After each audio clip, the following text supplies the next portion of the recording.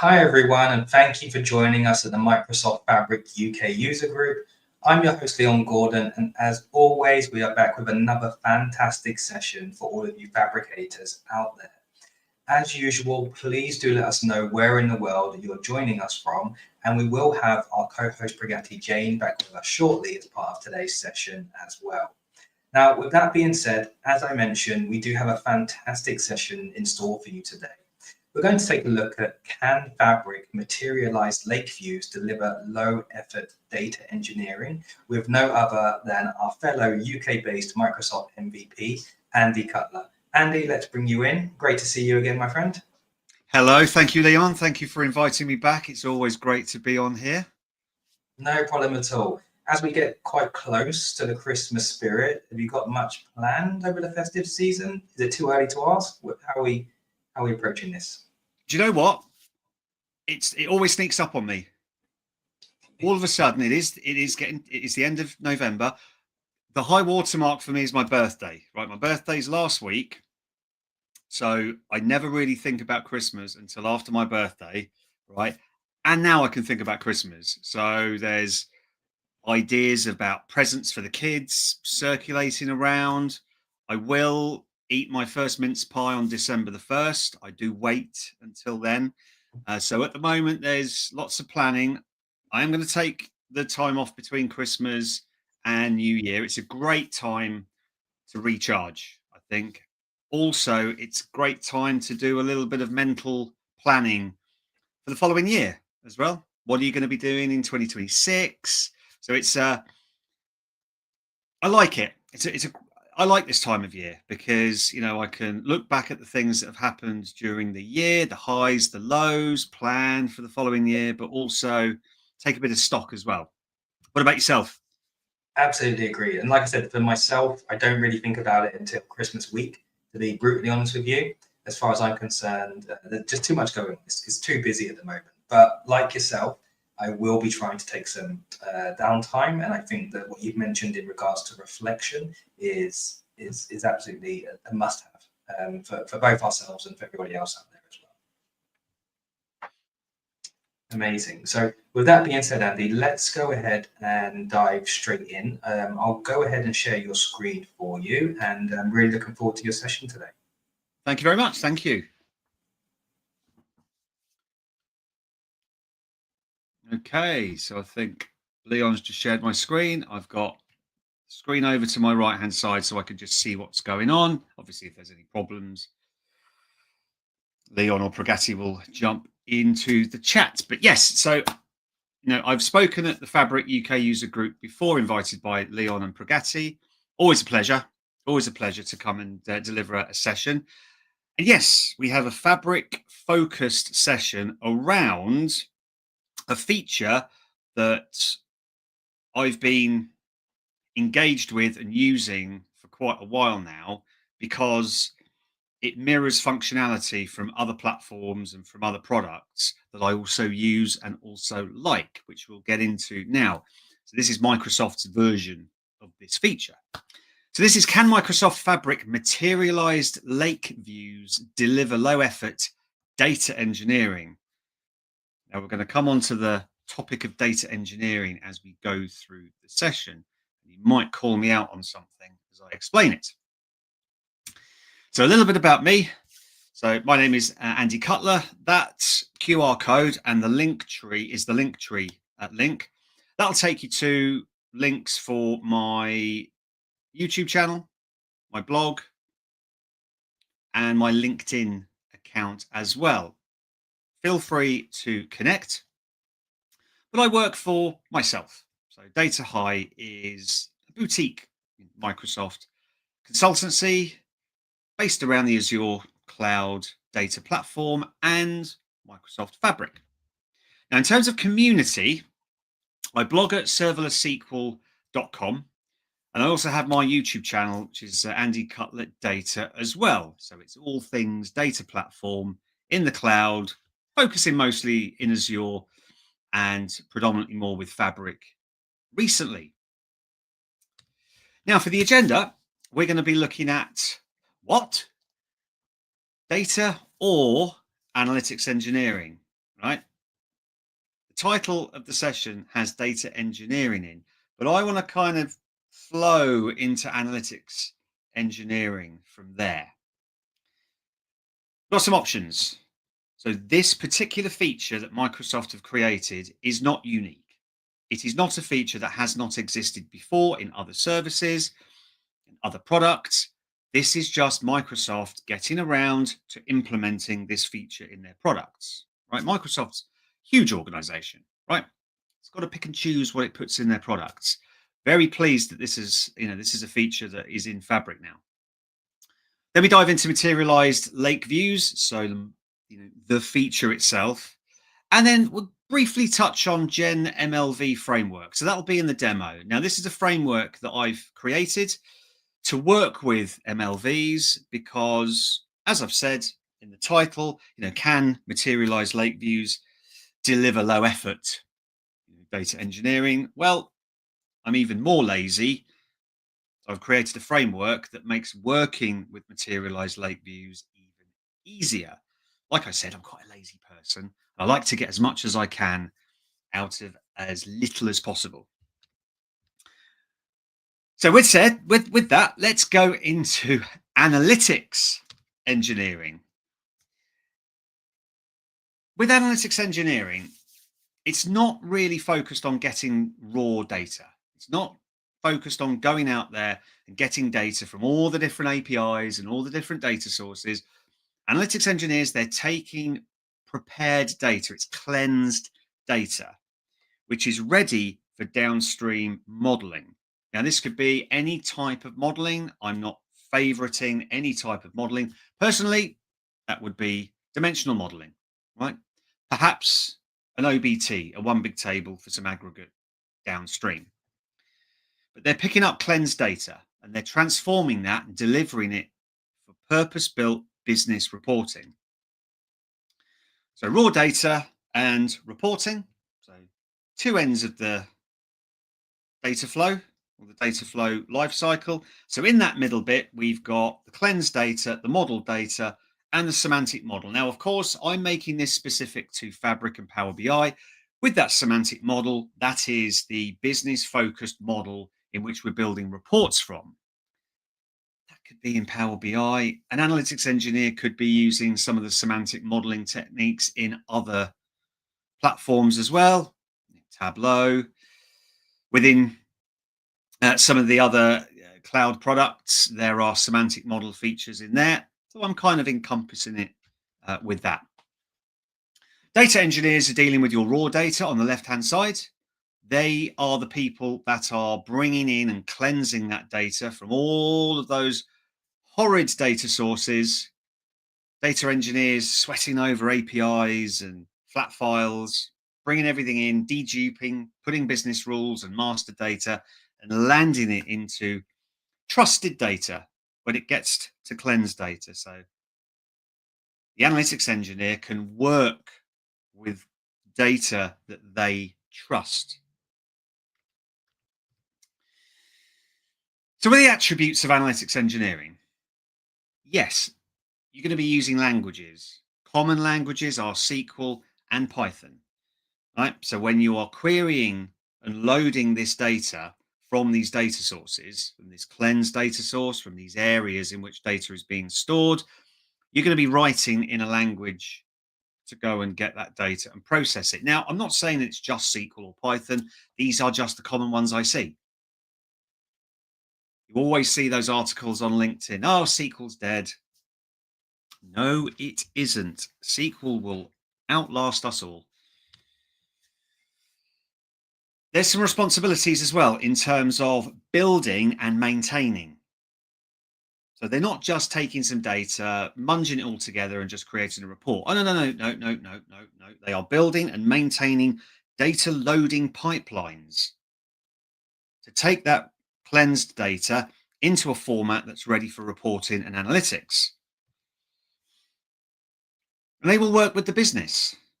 They will work with the data engineers. They will work with the data analysts. They will work with stakeholders to understand their requirements. There's no point building any of this in a silo because you'll just be delivering data that may not be understood, may not be fit for purpose. They will be working with the business. And if possible, creating documentation. We have tools now. We have LLMs, which help us create documentation so much more easily. But they'll maybe implementing testing dependent on what tools they're using and version control. So there's lots of attributes here in terms of working with the business to understand requirements. There is coding, there is building pipelines, and there is testing and documentation. Now, these attributes have existed before in other roles, and the one that I can think is business intelligence developer, right? So an analytics engineer, to me, just looks like an evolution of a business intelligence developer. Now, as I said, MLVs, and I'm going to use MLV rather than materialized lake views, because at some point I'm going to get the words all mashed up. So I'm going to stick with MLVs. Like I said, it wasn't the first thing that came along. DBT, one of my own personal favorites. And at some stage, I am going to get around to sitting the DBT data, analytics engineering certification, right? Doing really great things. That was created, not even 10 years ago.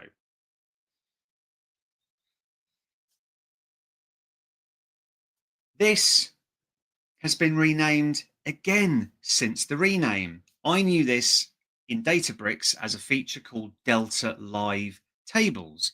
Again, this is a way of flowing data through a loading process. Used to be called Delta Live Tables. Because Databricks have now got additional formats in there, like Iceberg. Now, this is not a session to go into the underlying file formats of the Lakehouse. But of course, Databricks have decided, well, we can't just call this feature Delta Live Tables because it's not just Delta. So they've renamed it to Databricks Lakeflow Declarative Pipelines, although it's now Databricks Spark or Lakeflow Spark Declarative Pipelines. And again, this is a feature similar to DBT in that you are building a process to load data. Now we're going to come on to what these products have in common, i.e. the crux of what these tools do. I want to do the tools first and then the explanation of why you may want to use them. And SQL Mesh. Now I am going to hold my hand up and say that I'm not much of a SQL Mesh aficionado. I haven't used it that much. Lots of discussions out there, especially on Reddit, on the data engineering forum. Some people love DBT and they don't like SQL Mesh. Other people love SQL Mesh and they don't like DBT.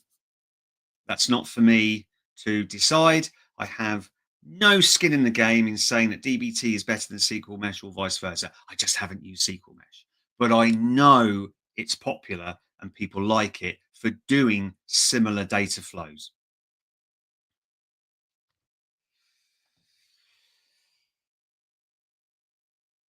What are we using these tools for? Why? This term declarative data transformation. When we're creating objects in a data store, I'm not going to just say database, I'm going to say a data store. They could be manifested as tables, they could be manifested as views. We've got to create those tables and views. We've got to give those tables and views definition. Create table, such and such. Add a column, give the column a name, give the column a data type. Perhaps that column has got a default or a constraint. But we're having to define the schema. We're having to define our objects up front. Whereas here, what we can do is in our transformations themselves, we're declaring the schema of the table or the view downstream. We're also creating a DAG, a cyclic graph, a dependency tree. When we're chaining data loading processes together, whatever tool that we're using that has this inbuilt functionality can detect the relationships and dependencies between the objects. So if you've got a bunch of tables that have to load before other tables load, the tools will automatically work out the dependency. Now, this is done in various different ways. DBT does it in one way. It has a keyword called ref. Materialized Lake Views in Fabric, they do another way, just the table name itself. There is some validation and some testing. Now, testing and validation in these tools is all going to depend on the maturity of those tools. So, for example, DBT, very mature tool. It has testing inbuilt. It's got validation. Materialized Lake Views, they're very young. They are still in preview. So there are some data quality checks, but in terms of testing, there's nothing there yet. And as I've said, these tools are all going to have different features and maturity, but they all have a common theme.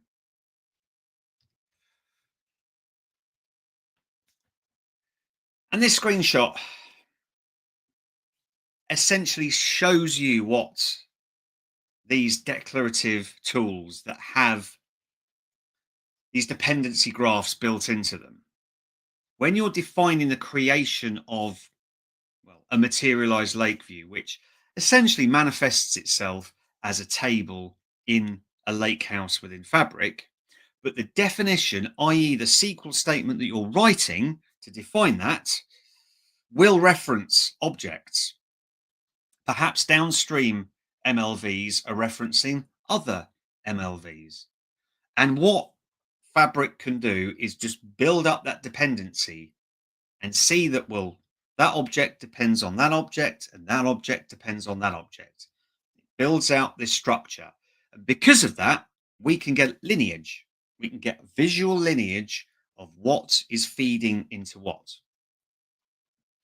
So we're writing SQL to define the transformation and the schema. So when we write our select, and we're pulling our columns through and we're transforming our columns, those columns or the output actually become the schema downstream.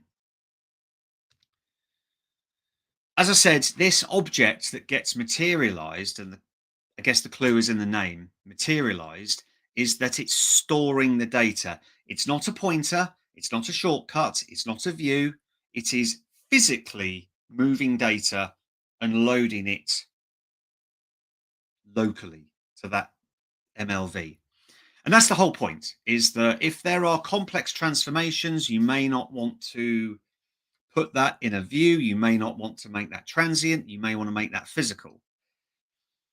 But that complex transformation might depend on other transformations. It might depend on other objects. Other downstream objects may rely on that complex transformation. We can put it in an MLV and it's going to sort out all the dependencies and essentially the loading process for us. What needs to load first before others can load? And that's the theory of the DAG, right? Put this dependency together. And this implementation of MLVs within Fabric has some constraints. And these can essentially, rows that fail the constraints can get redirected and will be able to report on those rows. So instead of putting a bunch of filters on your data to try and filter out the bad data, which means you never know whether you've got bad data, you can do it with the constraints. It won't fail. You can set it up to fail if you like, or you can set it up to redirect the row, but you can load and then identify the problems that you have. Oops. Why would you use MLV other than to manage the schema of an object and manage the dependency? Well, medallion architecture, because we've got this dependency that gets created. Some things need to load before other things need to load before other things need to load. If we're putting this all together manually, it can get into a bit of a bit of a nightmare. You can metadata drive this process. You can use tools like Airflow. So Airflow is available within Fabric, and you can create a loading dependency or a DAG within Airflow to load things. But with MLVs, it's all done for you automatically. So for example, if we have some source data and that's been loaded into a lakehouse, let's say our local friendly data engineer loads all that data for us from APIs and databases and SFTP sites. We've got it available in a lakehouse for us. And essentially, we want to transform that data and get it into a state in which we can now start to analyze and report from that data. We can use an MLV. We're selecting from the source tables. We're doing that transformation. And then we're inserting into our destination Materialized Lake Views tables. Now, what's recently been added is a feature called optimal refresh. Right? So when MLVs were first introduced, the refresh process was very basic. Right? It would refresh when it detected a change, but it would be a full refresh. So if you had a table that had 1 million rows in downstream, and one row got inserted, then the MLV will load all of the rows again. If it didn't detect a change, it just wouldn't run. Okay, now that's not particularly performant to have one row change and then the whole thing have to be refreshed. So now we've got a setting within the GUI called optimal refresh. There's a decision guide that this optimal refresh goes through. So we're going to go through that now in a visual way. So I've sort of gone through the documentation, tested, broken it down into what it's actually doing. Now, if you've got it off, right, so you've got that optimal refresh disabled, whenever you run a refresh of the Materialized Lake Views, and for a point on that, there is no automatic refresh of an MLV if the source data changes. So other implementations of this type of technology, if the source data changes, it automatically triggers a recompute and a rebuilding of the object that it's dependent on. That's not happening here, right? We have to trigger the refresh either through a schedule, or through code. So if we've got that setting off, then that's just going to reload the data every single time you refresh the MLV. However, if we set it on, the first thing we need to check is a property on the source table or the MLV. You can set this property on the MLV. Now, this is a really, really useful property on Delta tables called Enable Change Data Feed, CDF. It's essentially like CDC, Change Data Capture. If you enable this on a table or an MLV, when data changes, inserts, updates, deletes, that change data feed captures those changes. Then you can use that downstream in a loading process. Right? So this isn't just for MLVs. This is a standard Delta table feature that you can enable. You do have to enable it yourself. So this isn't something that in MLVs you decide to enable on a table. You'll have to go and enable this on your source tables or your MLVs. So it's a check. Right? So if the optimal refresh is on, it checks the enable change data feed. Now, if that's been enabled, it checks if any of the source data has changed. If it hasn't, don't do a refresh. Don't need to do anything. Why bother using compute resources when nothing's changed? If there has been some data changes, then we can trigger an incremental refresh because MLVs will use that change data feed from that source object to get the changes. So we can do an incremental refresh. You don't have to select columns for this. You don't have to select any kind of watermark columns. It's going to be done automatically for you. Now, if you've got that disabled on the table and the source data has changed, well, if no data has changed, there's going to be no refresh, right? Just if it was enabled. However, if the source data has changed, it'll do a full refresh. So it's still doing a full refresh on a source object if any of the data changes. It's just being a little bit more selective.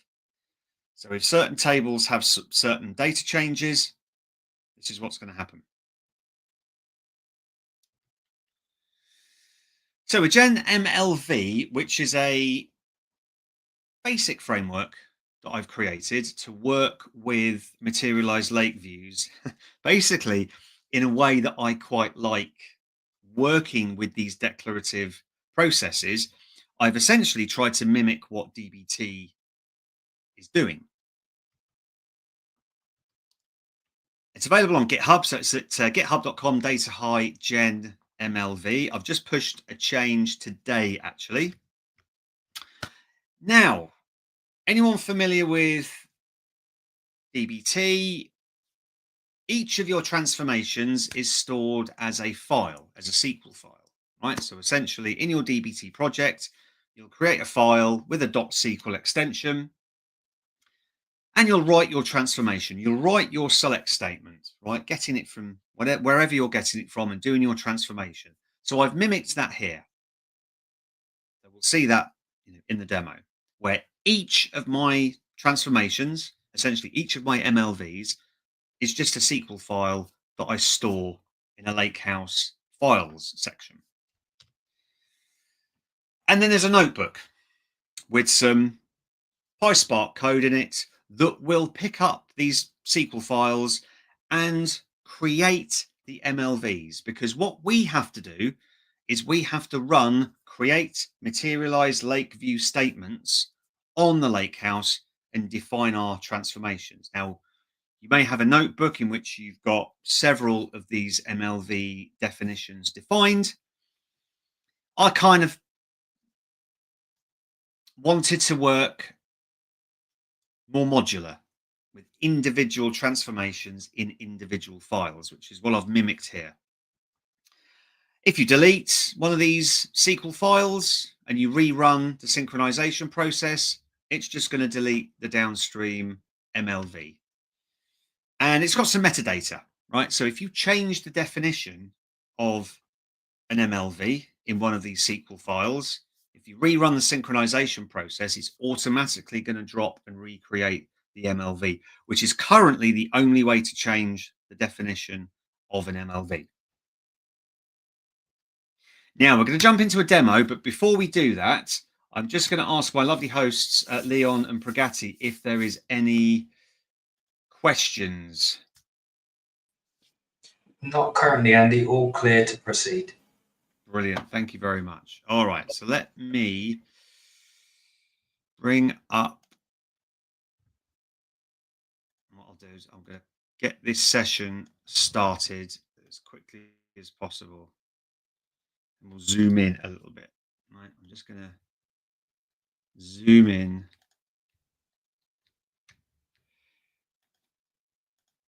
There we go. A couple of these. I have to say, just as an aside, the tab view in Fabric, I hate to use the word game changer. I really do. But it really is a bit of a game changer where we could just flick between. Now, I've got a bit of a loading process that I want to create, which is taking data from a bronze layer, cleansing that data and saving it into a silver layer. And then I'm going to transform that into dimensions and facts and some aggregate tables in my gold layer. So this is just a standard bronze, silver, and gold. Now, the gold tables are all going to be created in this framework. However, I want to go through the standard way of creating MLVs in Fabric. So let's say I've got a SQL query that I want to run and save this downstream. So I'm pulling from a raw area, right? I've got some raw dates, right? I may be enriching it. I'm adding a function that transforms the date into a year. I could be doing all sorts of transformations, right? And I can run that SQL query, and I've got some results there. But what if I wanted to materialize that as a table? But every time I run the processing of that table, perhaps the downstream data has never changed. Now with the date dimension, it's probably never going to change unless you're incrementally adding your dates as you go along. I have a lake house with schema enabled, right? So currently MLVs only work in a lake house where schema is enabled. It's still in preview. We need lake houses with schemas to go into general availability as soon as possible, right? But I'll just run this statement here to create these schemas. All right, I'm just going to refresh.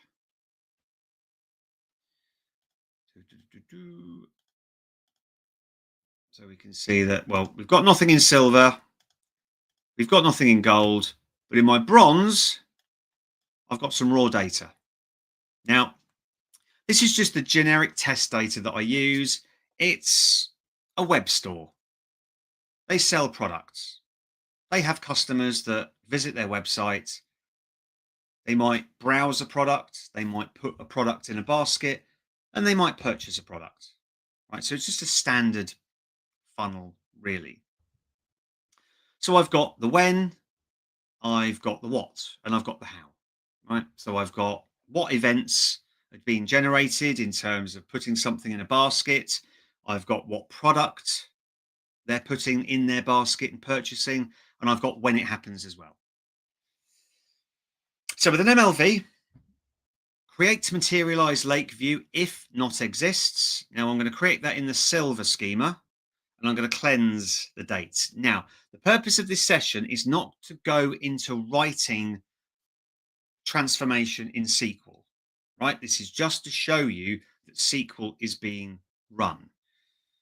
So for this, I am transforming some data. I'm taking a pre-existing column and I'm computing another column. But you can imagine I'm cleansing, I'm trimming, I'm deduping, I'm enriching. I'm doing something with that data in this MLV. So I'll run that now. I can add a comment. I can add some table properties, some metadata to that table.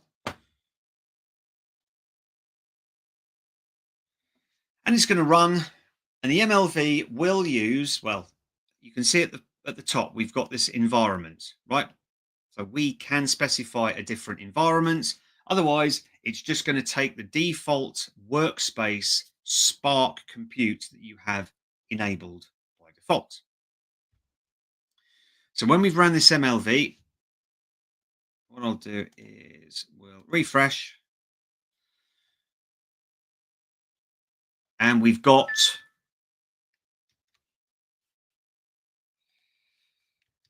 hang on, let me just, I did run zoom it.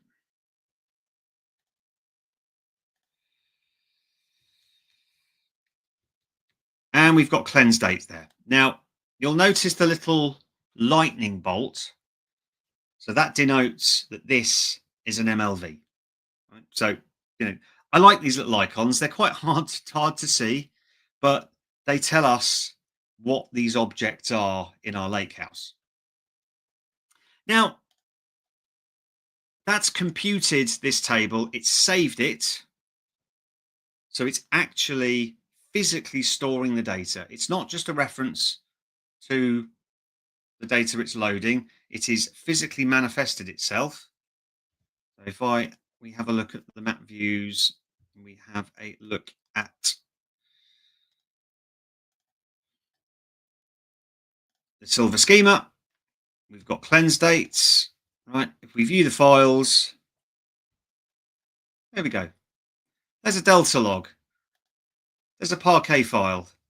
There's the data in the Parquet file. And there's the metadata to do with the process itself, right? So it's physically manifesting that data. Now, if we go back to the notebook, we've got some system functions that we can run. We can show materialized lake views in certain schemas, right? So we've got materialized lake view in the silver schema called cleanse dates. If I scroll down there, I can show the definition. So if you do run your MLV creation and then you just lose your notebook or delete it, we do have the statement that you used to create it. We can rename an MLV. So I'm going to rename it actually now. I did say that you can't change the definition of an MLV. So you can't alter an MLV and change the statement. You have to drop it and recreate it. So let's just refresh that now. And we've got cleansed dates new. Let's create another MLV based on that MLV we've just created. So same thing, create materialized lake view. If not exists, gold.dim dates. Now my comment shows me dimension MLV table. Again, the whole purpose of this session is not to show you lots of complex SQL. It's to show you the process of what we're doing to create these MLVs. And we've got some metrics available to us, and we'll come back to the metrics in a little while. Now, we're going to stop there because it's all been quite code-based. We've got some source data. We've loaded that into our cleansed schema.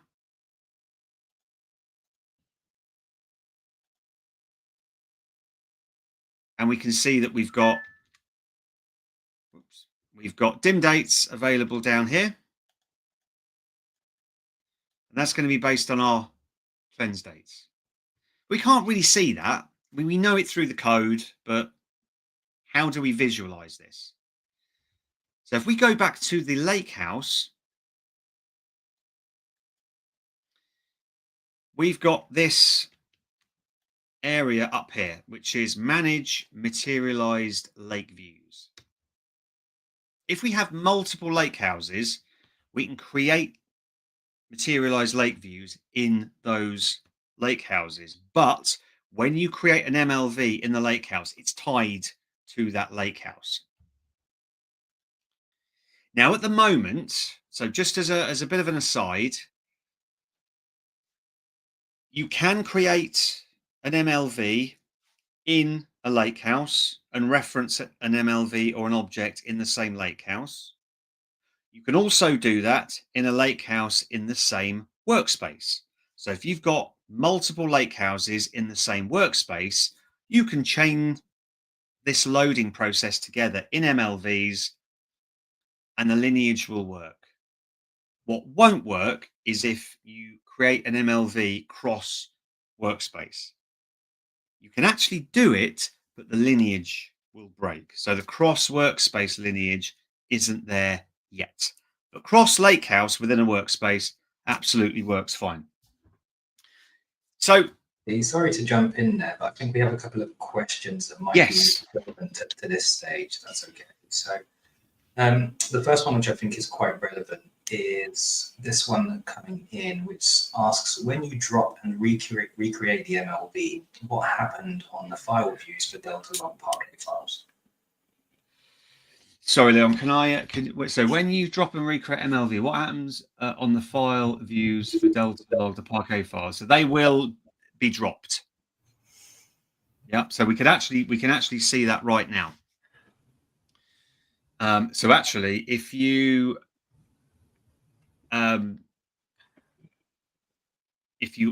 sort of hold that thought, when we actually come back to the notebook, we'll then drop the MLV, and then we can go and see what happens under the hood.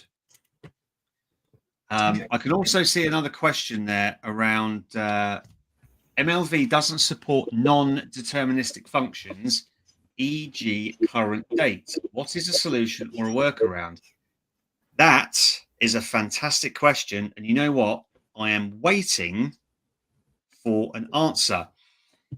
MLVs do support non-deterministic functions. It's just the refresh process. So I'm hopefully thinking that we're on the same wavelength with that question, right? Is that because of non-deterministic functions can change value every time something is run, how does it detect when something has changed? And if a non-deterministic function is in an MLV, surely that will change its definition. I actually have non-deterministic functions in MLVs, which is, current timestamp,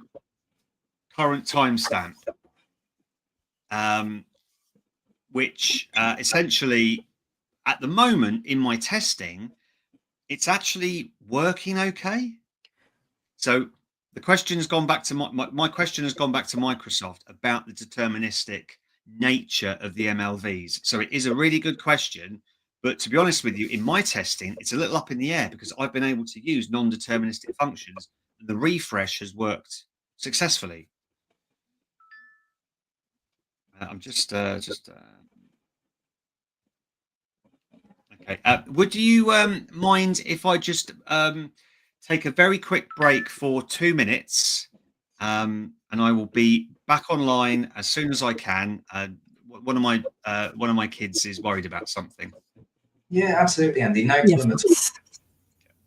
I will just... Perfect. Thank you. So, Pragati, so far, a great session. Yeah. We've had quite. I mean, I've not been using materialized views so far, but just looking at what Andy showed today, I was like, I should try them. So maybe the first thing I'm going to try tomorrow. Definitely, and I'd love to hear from some of our community dialing in as well. How far have you gone into utilizing this particular feature within Fabric, or have you just been using some workarounds for the time being as well? So please feel free to ask some questions via the chat. I know that we've had a couple of great questions coming in. The last one particularly. Mm-hmm. Yeah. What strikes me, Pragati, is the amount of testing. I don't know if testing is probably the right way to put it. The end users, individuals, MVPs like ourselves are currently trying to unearth within Fabric the art of the possible. Yeah. And I think what I end up thinking most of the days is like, oh gosh, Fabric just grows so quickly. Like basically, for example, like I was working for obviously it's totally out of this topic, but I was working for a client where we were using this GraphQL capability. But suddenly we entered into certain issues like, okay, it's not refreshing the schemas, why it's not doing this. So it's like you start implementing something for a customer and then you start finding out, okay, is something missing, or you're doing it correctly, or you don't know enough about that certain capability in Fabric. So basically, I mostly ask myself question, do I really know completely about a capability in Fabric? Because it just keeps on growing, right? They keep on bringing new updates. They keep on bringing new changes. And when you go back to Microsoft asks certain questions, they're like, oh, this is like on our agenda to bring the update soon. And then you start asking question, oh, should I use this while in production for my customer because it's not yet ready, right? So yeah, that's mostly been in my mind, like especially when I'm trying to work with some of the new features, capabilities in Fabric. I'm not sure what others in our audience have to say, like how has their experience been working with some of the latest trends or capabilities that's been announced in Fabric. Is it like going smooth for everyone, or they are having a lot many issues like I figure out so many things. Yeah, absolutely. And I think that this could be a whole session in itself, right? The use of preview features against those that have got general availability. Exactly.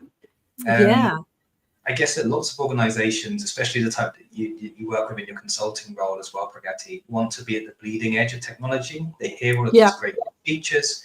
They go to the events, FabCon, Build, Ignite, etc. And that's the whole point of these events, right? To get everybody excited, want to utilize these features and functionality. Yeah. But I've also been in environments, and I wouldn't call them legacy environments, but I would say less reactive or less bleeding edge environment. For example, if a feature is in public preview, it's deemed not ready to be in a production environment and would have to wait until it gets into GA. Yes, exactly.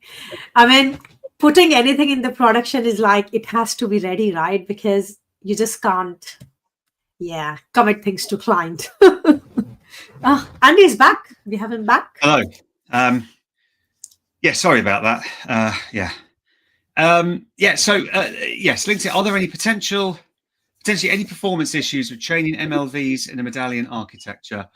Yes, like any of these processes, this is using Spark compute, right? So when you're working with all of your transformations, you've still got to be mindful of these transformations. You've still got to be mindful of what you're doing with the data in each of these transformations. Plus, and as I've said, there's this optimal refresh at the top. So you need to be ensuring that when you're chaining your MLVs together, if you're detecting, or if you think that certain tables are going to be changing more frequently than others, then that might dictate how you're chaining your MLVs downstream, right? So this doesn't, MLVs, it's not a magic solution for compute performance. We'll be very mindful of that. Okay, so yes, so we've created two we've created our MLVs, and they're kind of based on a flow of data as we go through, so we can actually see the lineage and the dependency of our process, right? So if we click on gold dim dates, then we know that is linked to silver cleanse dates new, which is linked to bronze. If we click on silver cleanse dates, that's going to cleanse dates new because we renamed. Actually, let me refresh that, because that should be, yes, there we go. I wondered why the cleanse dates was there, right? So I just needed to refresh the view, right? So in our demo, we've basically we've created an MLV that is loading data from bronze into silver, and then our dim dates is going into gold. Okay, now that's all fine. So I can, go back to my notebook, and I can carry on writing my create MLV statements. But I just want to do something a bit lazy, let's say. All right, so let me drop my existing MLVs that I've created. So the gold and the cleansed. So let's just go and make sure that there's nothing in gold and nothing in silver. Okay. I don't want to cover constraints. So as I said in the slides, we talked about testing and we talked about constraints. So at the moment, there's no automated testing in terms of MLVs, but there is constraints, right? So we can add a constraint, and you can add multiple constraints to check for the data. Now, what this constraint is doing is it's giving you an option. What do you want to do with that particular row of data that fails the constraint? Now, at the moment, on an MLV, we can either drop the row or fail the process completely. So it's all going to depend on your loading process. If something in your source doesn't conform to your constraint, and it really means that you do have to stop the loading process, then you can fail it, right? Here, I'm dropping the row. So it's sort of redirecting the row into an area. And then we've got a data quality report that we can run that shows us some statistics, right? So it's not hiding data. We're not filtering out data. We're just putting a constraint in there that will redirect the data. So if we go back to my lake house, let's refresh that. We don't have any MLVs. Now I'm going to go back here. I thought, well, to be honest, I really only want to be worried about writing the transformations. That's what MLVs are all about. I just want to be able to write the transformations and deploy my MLVs. So to that end, what I've done is there is a notebook that's available on GitHub. Right, so at the moment, it's pretty alpha, right? It's just a set of functions, right? We're not going to go through the code, right? But what this does is this picks up files from the Lakehouse files area. Easiest way is to show you, right? So I've got a folder called MLV. And I've got some folders. Now, I do have to create a folder structure and put the MLVs in my folder structure in the order I want them created in, right? So this is just a process for creating and managing the MLVs. It's not a process for running the load. That's what you do when you schedule it, and we'll see that in a minute. This is simply the process for creating and managing the MLVs. So if I go into O1, we can see that I've got 4 .SQL files. So if anyone is familiar with DBT, this is going to be quite familiar. Now, the format is that I've got the schema.mlv name. So what will happen is when this process runs, it's going to pick up these SQL files. It's going to parse the naming convention of the files and deploy them in the correct schema with the correct name. So for example, silver.cleanseDates, there will be an MLV created in the silver schema called cleansed dates. So in my SQL file, I've just got the definition. I don't have to create Materialized Lake View statements. I've just got the definition. I can add my constraints, my comment, my table properties, and my select. It's as simple as that. So if I go into each of these, it's the definition of the MLV, right? So for example, all my silver MLVs I've put into the O1 folder. I've got my dimensions, all my gold MLVs in my second folder. My facts, now I've just got a single fact here. In my third folder and in my fourth folder, I've got some aggregate tables that are using the fact table and are also using the dimension tables. So if we go into one of these, then as you can see, it's an aggregate. Loading from the fact table, joining on date, on products, on the event type, doing some sums and aggregating. Now I could have a notebook with all of the MLV statements, and I could run them all and create the MLVs. I just like this because I can just create a SQL file with the definition, load it into here, changes. Other thing is, if I go into an MLV, if I change the definition, so I won't do it here, but if I change the definition, the process automatically picks up those changes, drops the MLV and recreates it. Right, so let's just run that now. So I'm going to go into my notebook. Now, what I can do is, as I said, we're not picking through this code. That's available on GitHub. But I've got a dry run. So I'm just going to run that. And we're just going to run that now. And get this process running. Start the Spark cluster up, and if we run, there we go. right?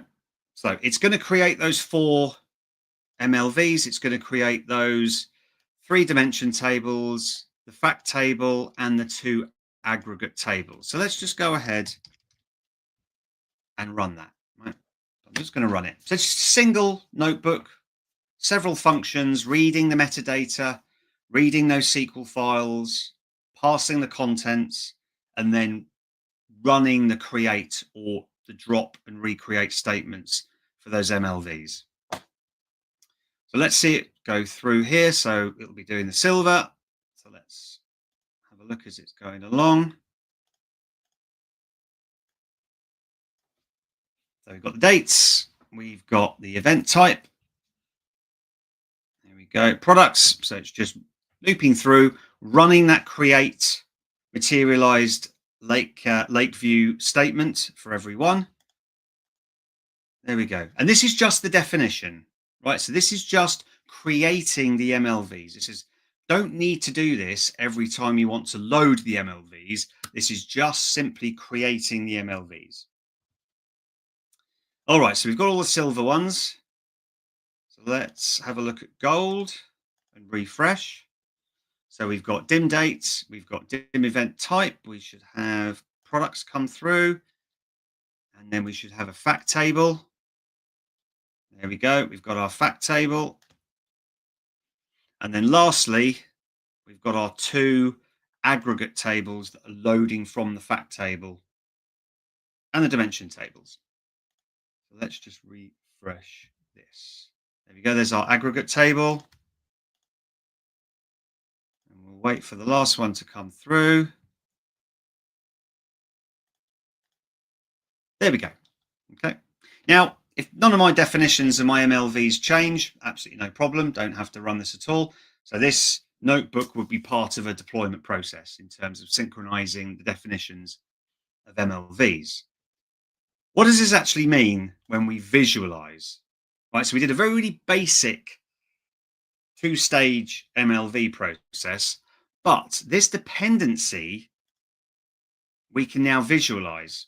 So if we have a look and we look at the lineage, now you can start to see things start getting a little bit more complex. Now, instead of us having to define loading processes for all of these manually, the MLV process will take care of this for us. If no data changes in any of those bronze tables, nothing's going to load. If data changes in some of those tables, then only some of the MLVs are going to be refreshed. Right, so if I zoom in a little bit here, right, so we can say, okay, so there's my raw web telemetry. If I click on that table, what's that table feeding into? Well, we've got our 2 aggregate tables. We've got our fact table. So we can see the flow of data as it's going through from there. Event type. So where does event type go? Again, we can see the flow all the way through. Now, this is just standard MLV functionality. We look at dates. We can see the flow and the dependency of dates.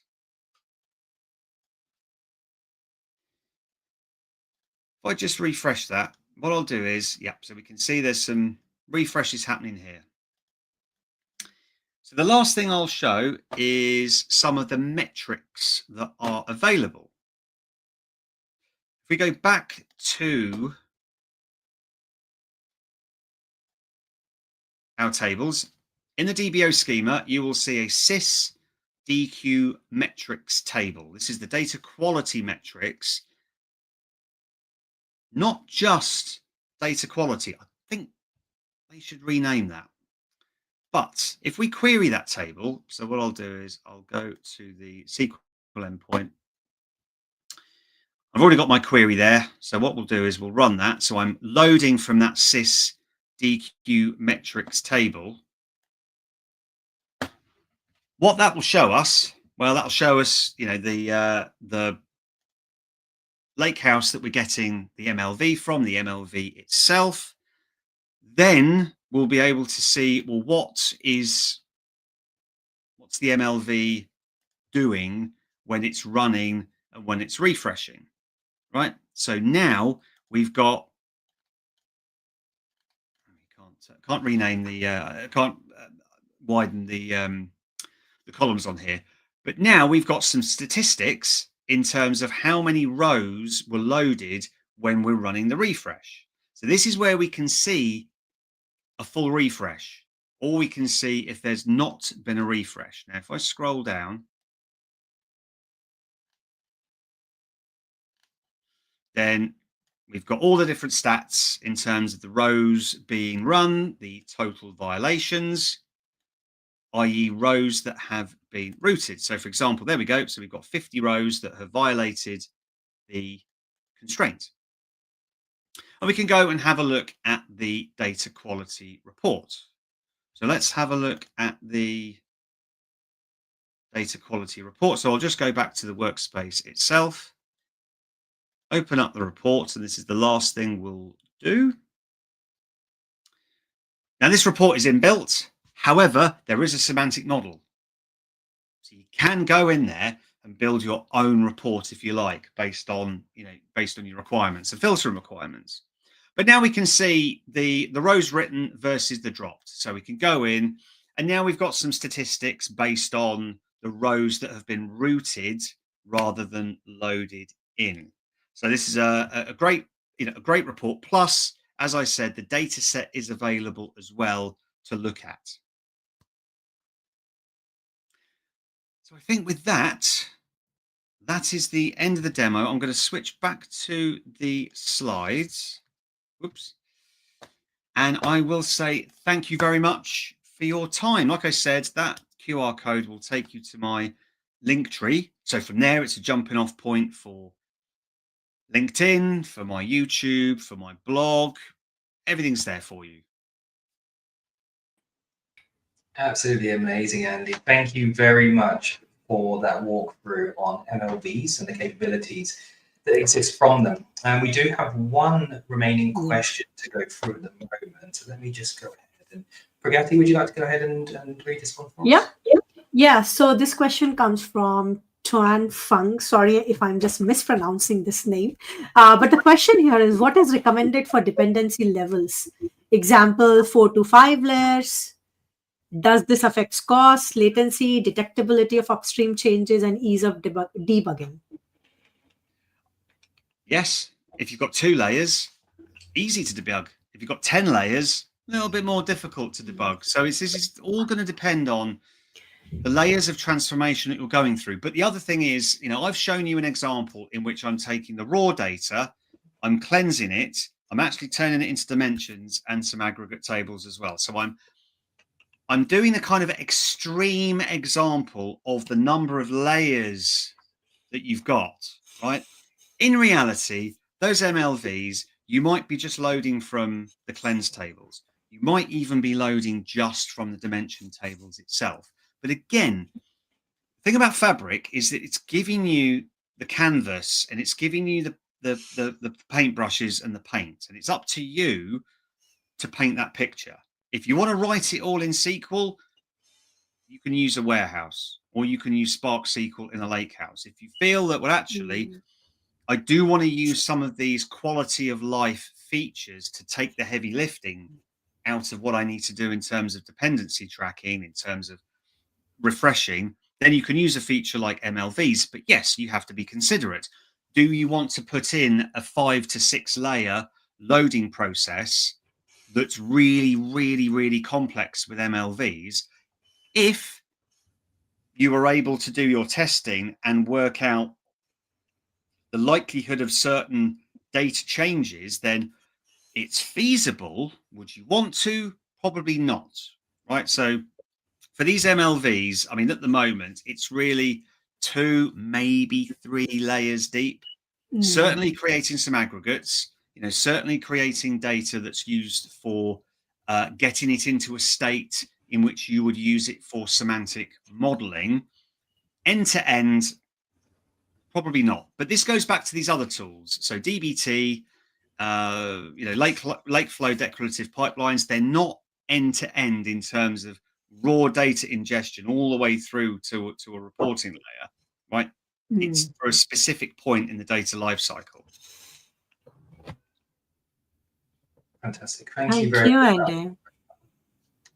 Okay, so I think that's all of the questions we have. We have Pallavi that mentioned, thank you very much for the session as well. Thank you very much for attending. And I fully agree. It was a very informative session, Andy. Yep. I think as the data engineering capabilities in Fabric continue to evolve as well, I think it'd be great to have you back. I think this is becoming a bit of a yearly occurrence now, so let's continue on that trend. Yeah. I would love to. Love to. Thank you. Amazing. Well, thank you once again. And Pragati, let's go ahead and close this session. And as I mentioned, absolutely fantastic session there from Andy. We will be keeping everyone. It was a great refresher, actually, because I did end up reading about Materialized Lake Views at some point, but I never used it, as I said earlier. So it was like a good way to get that refresh knowledge, what Andy just showed. Oh, absolutely. You have to keep us posted on your progress as well, Pragati, when you do get a chance to use them a little bit more. Definitely. Okay, with that in mind, like I said, we do have some more events lined up, so please do stay tuned. And as always, you could have been anywhere in the world, but you've been here with us at the Microsoft Fabric UK User Group.